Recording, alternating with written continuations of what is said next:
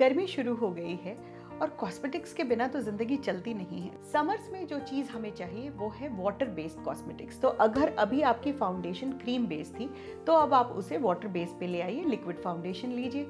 उसके अलावा कोशिश ये कीजिए कि ब्लशर या आई शेडो जो भी यूज़ कर रहे हैं वो पाउडर फॉर्म में हो। लिपस्टिक्स की जहाँ तक बात है, मैट फॉर्मुलेशन ज़्यादा अच्छी तरह काम करती है।